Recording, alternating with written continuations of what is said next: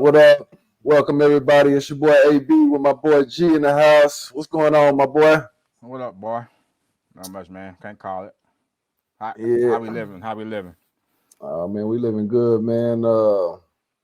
I'm gonna start it off a little bit today, man, with another song, kind of describing how I feel today, man, and I'll let you catch the back door on me. So today I'm kind of in the mood of some. Oh Lord, where are you from the When pig? hard times seem to define you, but all your pays behind you. But there's no flow when you recline. Mississippi, Just cause you have to real. all in If you. you so shit straight, then you make a little money. Everybody. So the other.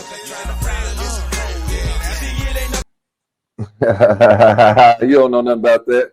I'm Hey sure you man, them boys is living legends, brother. exactly. Living legends. You know what I mean? What you So that, got for me? that was nice, man. You know, I don't know, man. I don't know why I always got to go in my bag with you. But Is it a bag or just in your back pocket? hey, I got a duffel bag. I'm doing a duffel bag drag.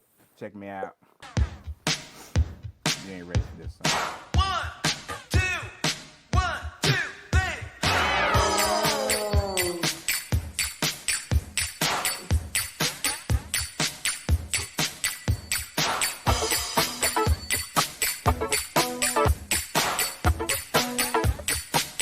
You know, I just have to let the beat run a little bit. You know what I'm saying? Tell me what song that is. I don't know what song it is, but all I can think about right now is ruffles. I had ruffles on my shirt and big heel, big high heels, or whatever you want to call them, the shoes with the fish bowls in the bottom.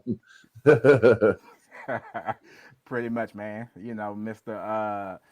In these waters of Lake Minnetonka himself, the legendary Prince. The artist formerly Yeah. known. Nah, shout out to that boy Prince, man. That boy, you know what I'm saying, well respected in the music game. So I'm just messing around. Definitely a legend, man. Rest in peace. Oh yeah, no doubt. No doubt. Gotcha. Well, getting into the day, man, I'm gonna switch it up a little bit, man. And one of the topics I kind of want to pick your brain on today, man, is getting into a little bit of college football or college sports in general. But man, what's your thoughts on this NIL stuff, man? Oh wow, man. It's been a touchy subject for a while. I mean, you know, in my mind, it's about time they start getting paid. You know, uh, these colleges, these universities been making all this money off these athletes for years, man. You know, and I mean, I'm not gonna sit up here and say that you know everybody who plays any kind of college sport is not getting their books, but a lot of times these colleges they pick these players knowing that they're not up to par as far as academic wise, but it's what they can provide to university. So, yeah, I'm happy for uh, the college athlete finally getting their bag per se. Yeah, man, I kind of just thought, I mean, and looking at this list and the numbers next to it, I mean, don't get me wrong, I'm not hating on anybody, man. I'm a Deion fan, LeBron fan. I like Shador, I like Bronny, I like Archie, I like Angel Reese. I mean, pretty much everybody on the list. I just kind of thought the initial thought in the whole NIL setup was just to make sure that college athletes are compensated in a manner that keeps them, I guess, from struggling throughout the semester, if that makes sense, is what I'm saying. Right, And right. the last time I checked, my brother, if you got $6.1 million in evaluations, you ain't struggling during the semester. So my only thoughts on it are just kind of with all of the endorsements and all of that kind of stuff, what does it do for the sport per se, as far as when we're paying these kids this much money and giving them these valuations at these high numbers like this, it's just kind of almost like I almost feel like college sports is turning into Pee Wee football with the transfer portal and kids being able to move from schools almost instantly. And then just to be able to go, and say, well, I'm gonna go play for this school opposed to that school because I know that this school is gonna write me a check for $1 million. So I'm Right. not against college athletes getting compensated. I just don't, and I don't really understand the entire in and outs of the NIL. So I won't act like I'm a guru on it or a master of understanding it. But I'm still trying to understand and figure out why these numbers are so big. And I know a lot of it has to do with outside endorsements, but I'm just kind of wondering what is the message that we're really sending and what does it do for the sport in general? Oh yeah, no doubt. And I would backdoor that question. I mean that statement and ask you this question: like, do you think that's what drove Nick Saban to retire? Is it just because they lost the national championship that they should not have been in, or do you think it had something to do with the NIL stuff? Like, Uh, I think it had to do more with the NIL because I don't think losing a championship could make Saban retire, but I think what could make him retire is understanding that he can't recruit just based on legacy and tradition at the University of Alabama. that's a I good think point. that once he started to realize that, hey, if I want a top five, top three quarterback, I'm probably gonna have to go in my bag and pay him. You know what I'm saying? So I think some of those old fashioned coaches or some of those coaches from past years or just decided that that's not something that they want to participate in. And to me, that's cool. I mean, Nick Saban has won enough. How many national championships he got? He's a proven winner. So Right.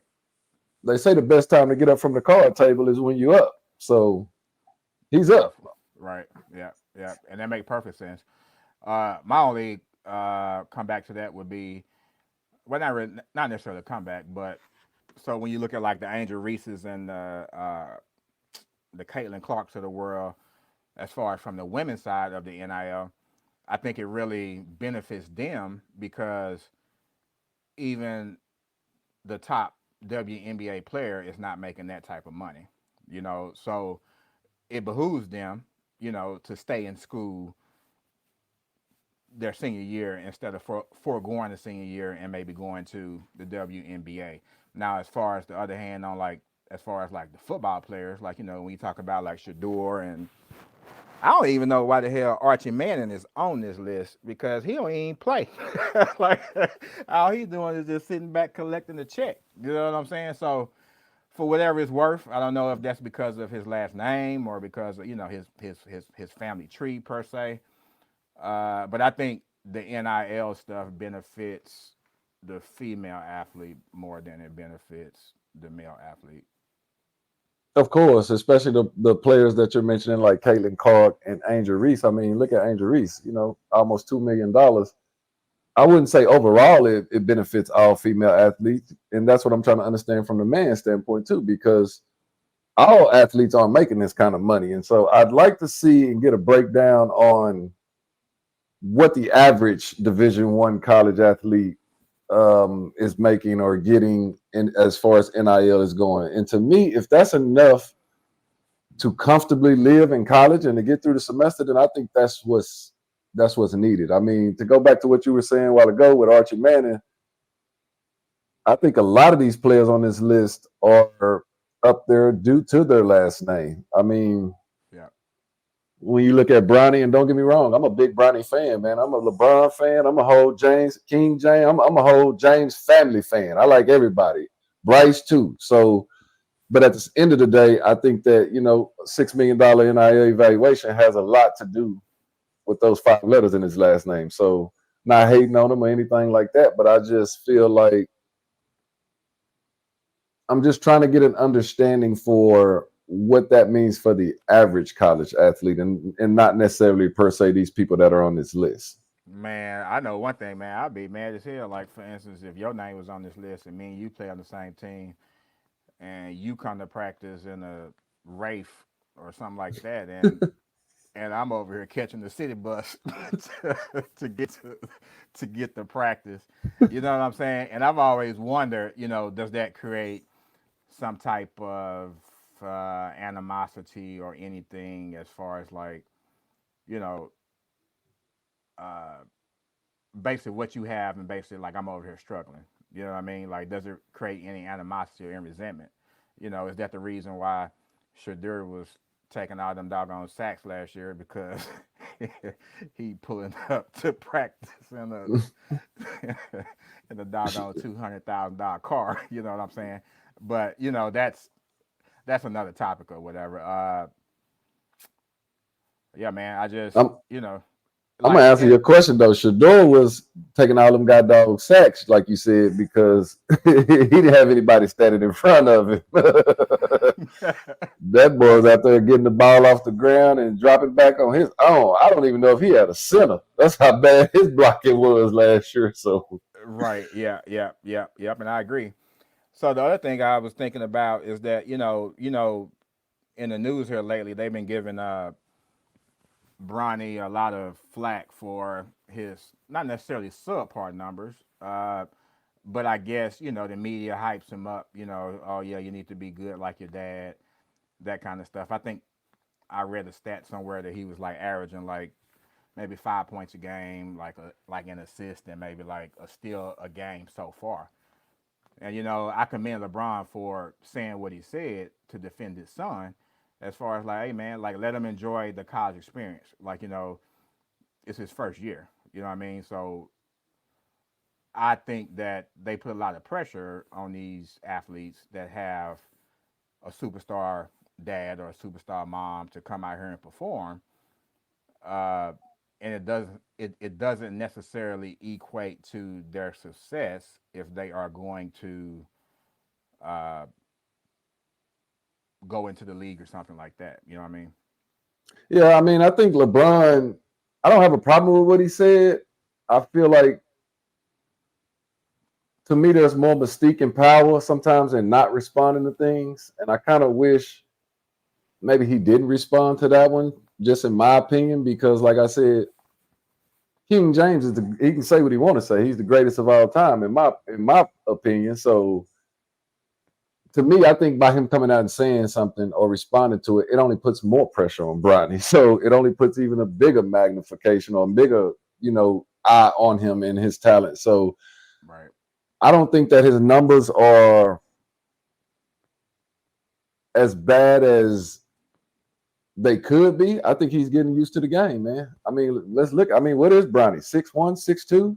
I mean, we're talking. It's not like we're talking about a 6'11", 7 foot guy that should be out there scoring 25 to 30 easy. I mean, he's average size to me for a Division I college basketball player, and maybe even on the smaller side at 6'1", 6'2". So I think he's just figuring it out, man, and just trying to learn the game and the best way he can. And who better than to have his daddy being the GOAT? I mean, he'll get there. He'll get there. So I'm not really too concerned with where his numbers are right now because I know that the road is kind of paved, and I know that Bronny is, built on hard work, and so he'll get to where he needs to get to it in the end of the day.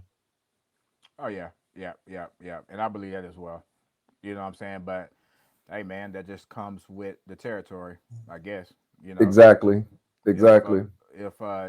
if Joe Petersburg was on there, you know what I'm saying? Ain't would nobody be talking about him in the media? You know what I mean? So uh, I think that with all due respect and with all due, I think that LeBron's probably did. He's done a great job as far as like keeping his kids sheltered from that kind of stuff. Not necessarily sheltered, but basically knowing how to deal with the spotlight. Because Bronny's been dealing with it, and his younger son Bryce has also been dealing with the media at high school games and all this kind of stuff. Just because they went to prestigious institutions and things like that. You know what I'm saying? So I think for the most part that they are used to the spotlight, but I also think that uh,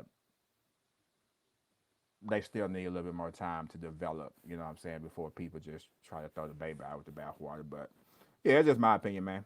Yep, yep. It make a whole lot of sense. Let me. Can you imagine? Let's step away from the celebrities, kids who are playing like Bronny and Shador. But what about the average Division I athlete that's coming to this kind of money? Like, I don't really know his entire background, but like, let's say a Travis Hunter or somebody like that. Like, can you imagine being a parent of a college athlete that's a millionaire already in college? I guarantee you spending more time calling them than they are calling you. I guarantee you that.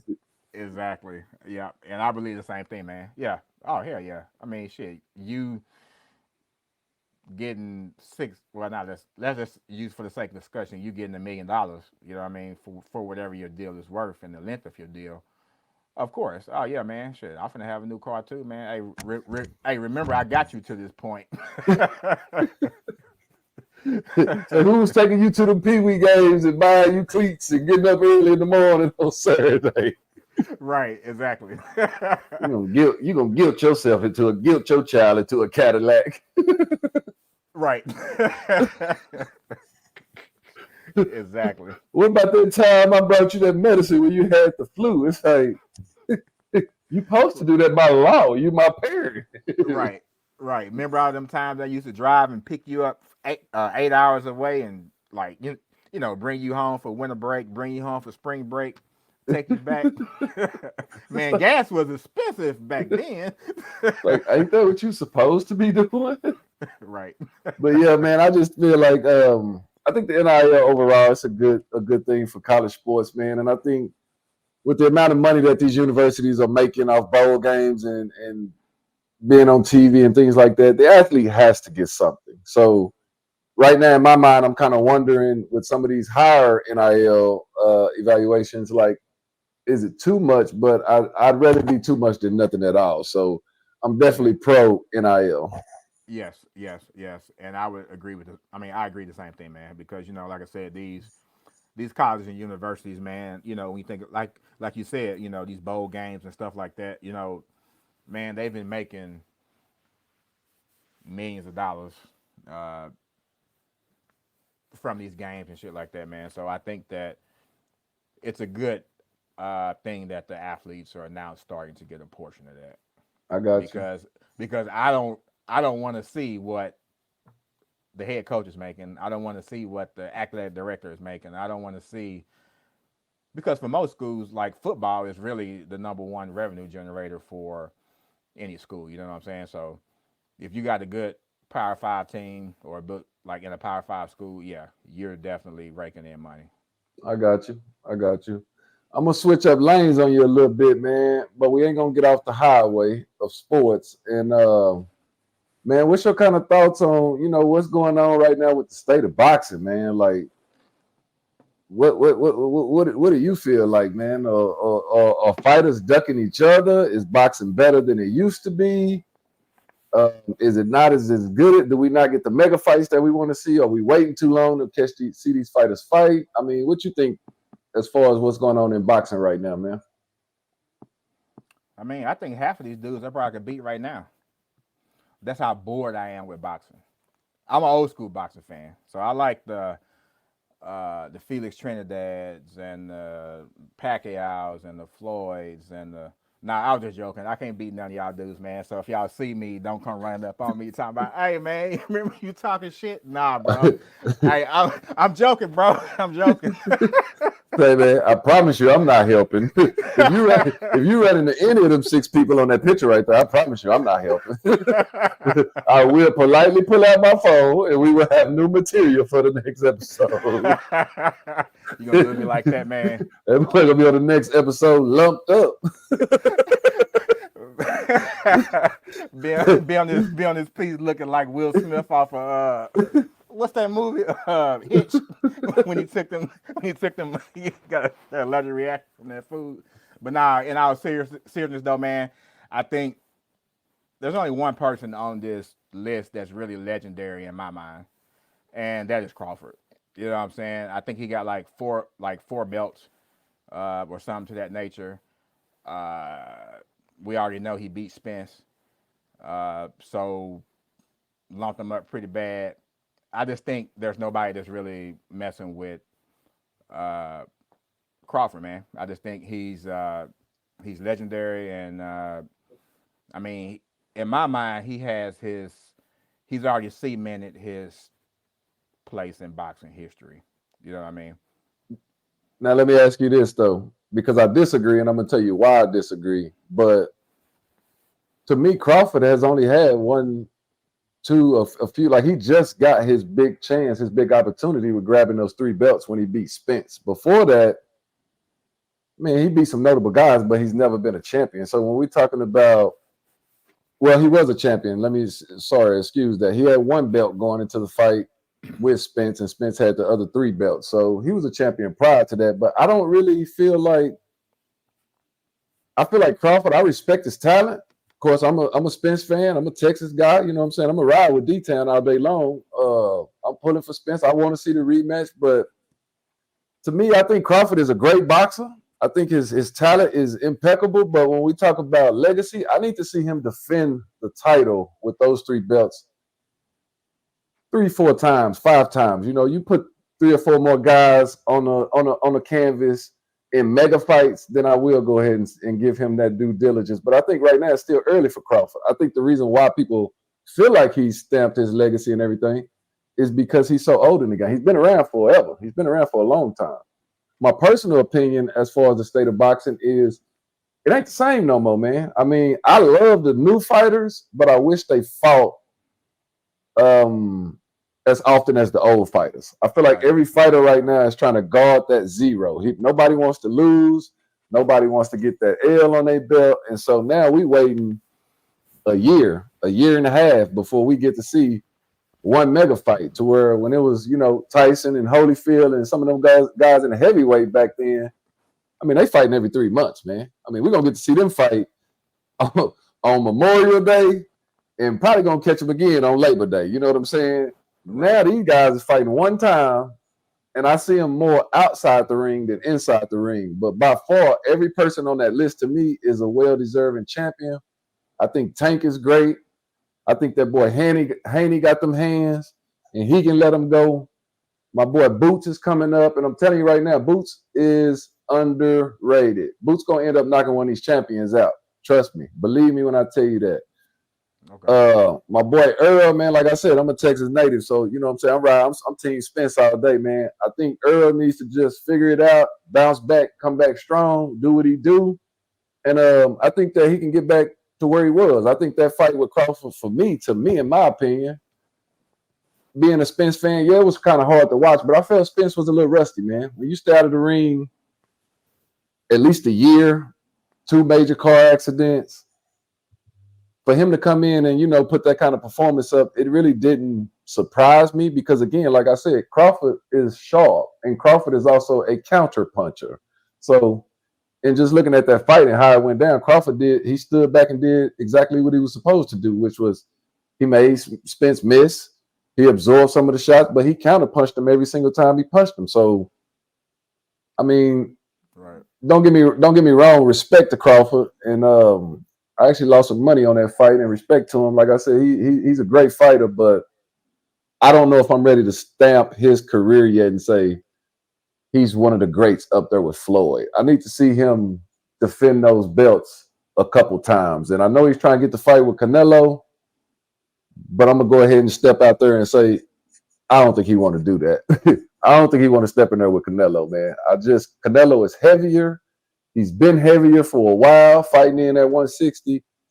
Yeah, Crawford can get up there, but again, Crawford's counterpuncher, man. Canelo is a smart fighter, and I just think that in that fight, Canelo would outbox him. You think so? Yeah, I definitely think that Canelo would outbox him, because the one thing is that everybody, to me, is elevating Crawford due to just the Spence fight. But Spence was the perfect fighter for Crawford. Spence is a coming forward fighter. He comes forward, he trying to put you out. Spence trying to knock you out. Oh, go ahead. No, I'm sorry, man. I'm just saying he came forward and got them hands put on him. That's all I'm saying, bro. Right.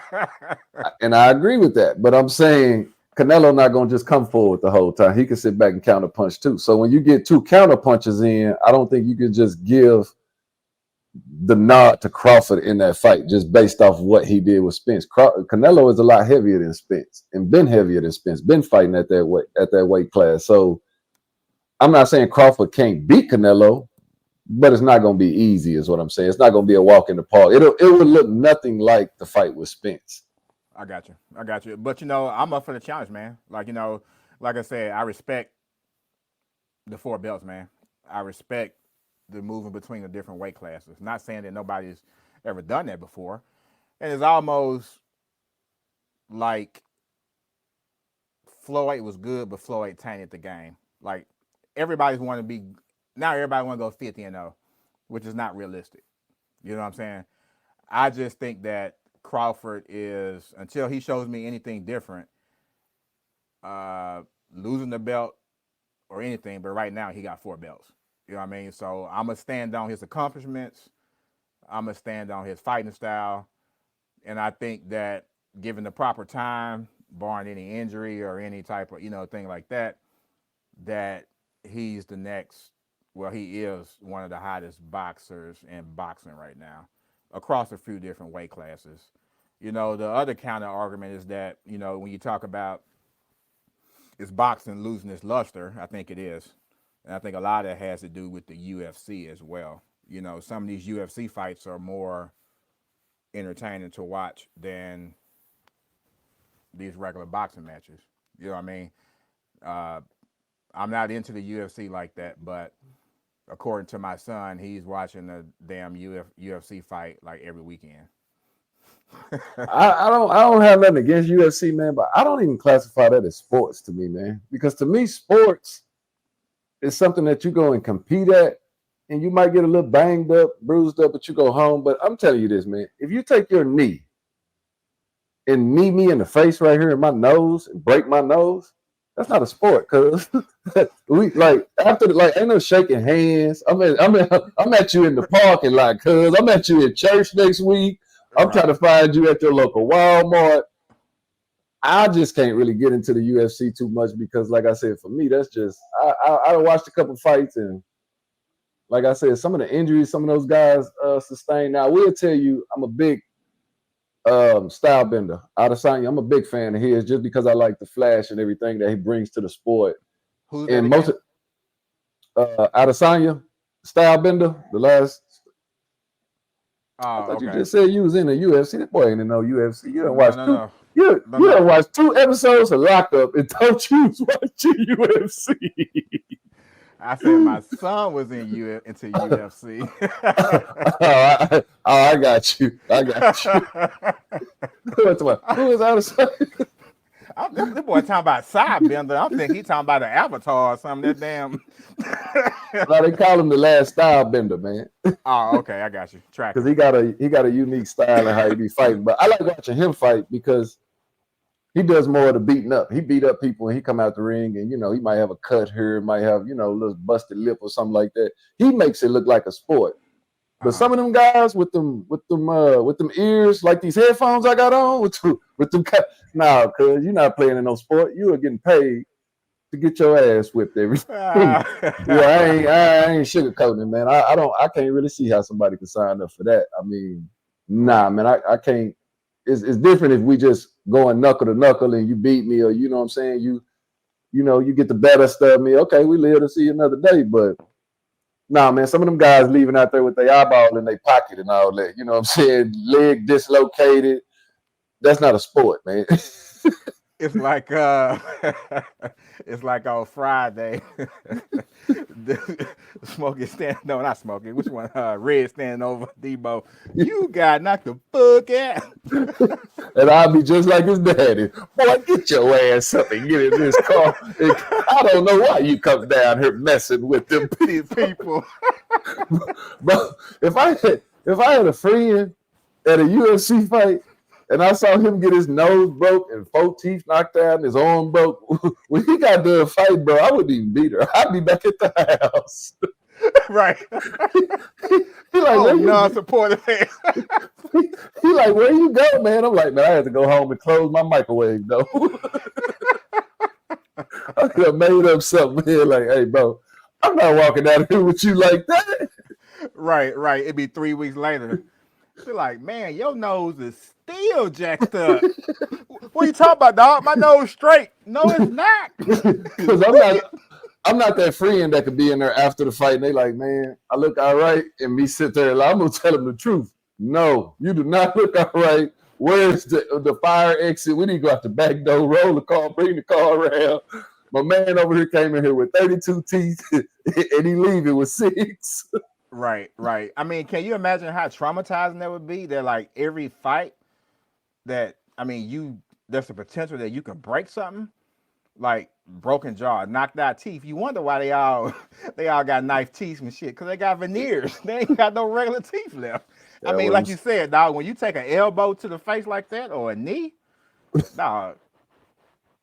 That's not a sport, man. To me, I'm just saying that's my opinion. I don't classify that as a sport. I classify sports as something that you can compete in, but when you are done, you pretty much almost leave in the same way you came. You know what I'm saying? And that's right.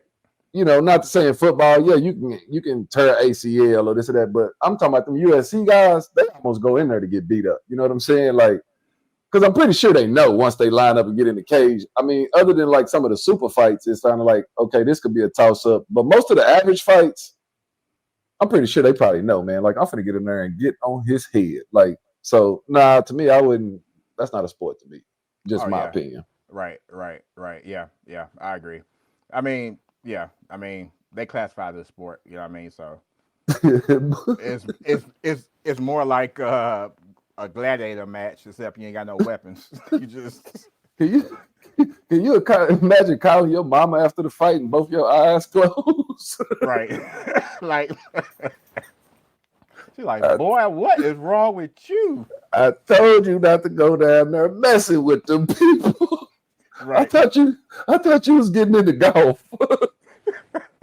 And then can you imagine if you're out in public, you're a UFC fighter and you walking around and you see the dude who just beat you up, like, do you just go at it again, or do you just be like, try to like dodge him or try to like duck him, or like, you know what I'm saying? Like, we got to finish that. That's a yes to that answer to that question. Yes, if I see you again, yes. Si, senor. We must go at it again. I don't care if you at your dentist's office. I don't care if you at the PTA meeting at your school, at your kid's school. Yeah, you got to see me again, bro. You took your knee and kneed me right between my nose, broke my nose in 3 places. Nah, man, ain't no shaking no hands after that. Nah, ain't no getting back up and I see you and we dap it up and good fight. Nah, man. So to them guys and to them people out there that's listening, that's like, oh well, nah, that's just real sportsmanship. That's a real man. A real man don't get his nose broken 3 places and shake the guy's head. To me, in my opinion. Right. Yeah. So I'm gonna start this off right here. I'm gonna say this: if I ruled the world, I would forgive everybody's student loans, no matter how much they are, how many times they behind on back payments, or anything. Simply because, hey, we the land of the free. We got money. We can support everybody else, but we ain't supporting our own people. So if you rule the world, man, that's a tough one right there, man. Well, if I rule the world, ooh-wee. Let me think of what I might do just off the top of my head. So you forgiving student loans, huh? Yeah. Mm-hmm. Okay. That's a good one. I think that would be I could kind of live with that one. I'm gonna say if I ruled the world, I would probably.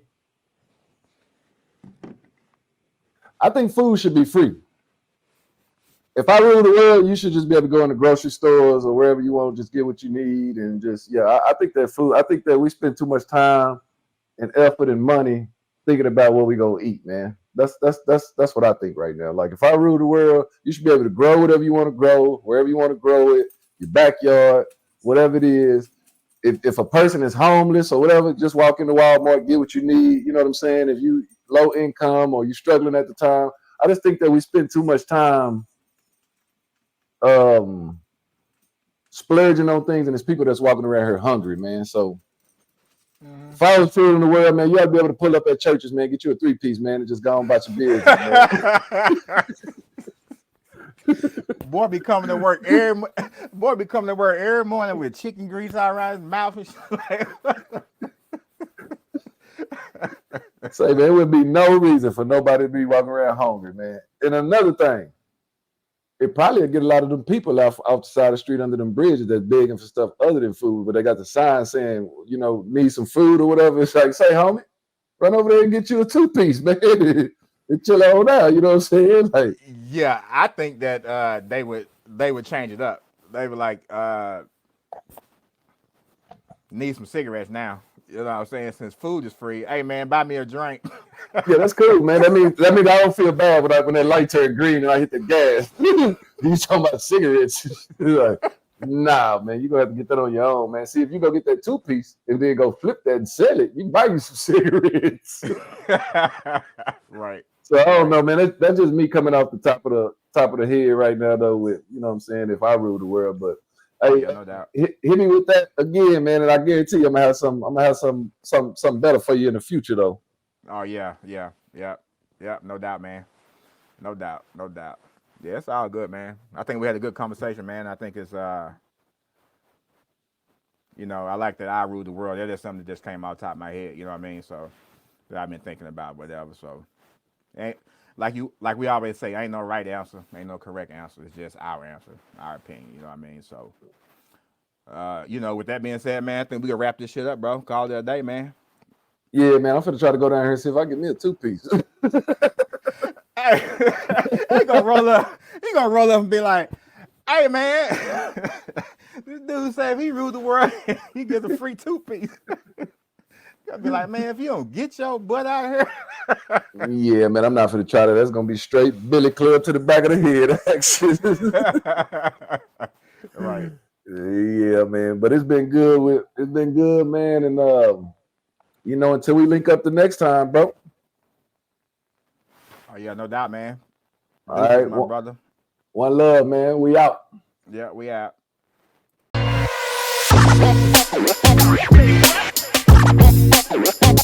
Get wild. Get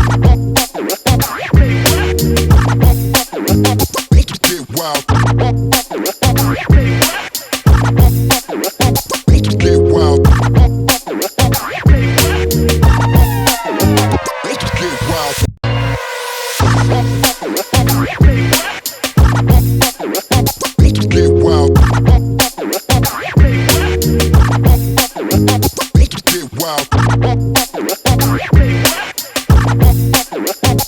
Get wild.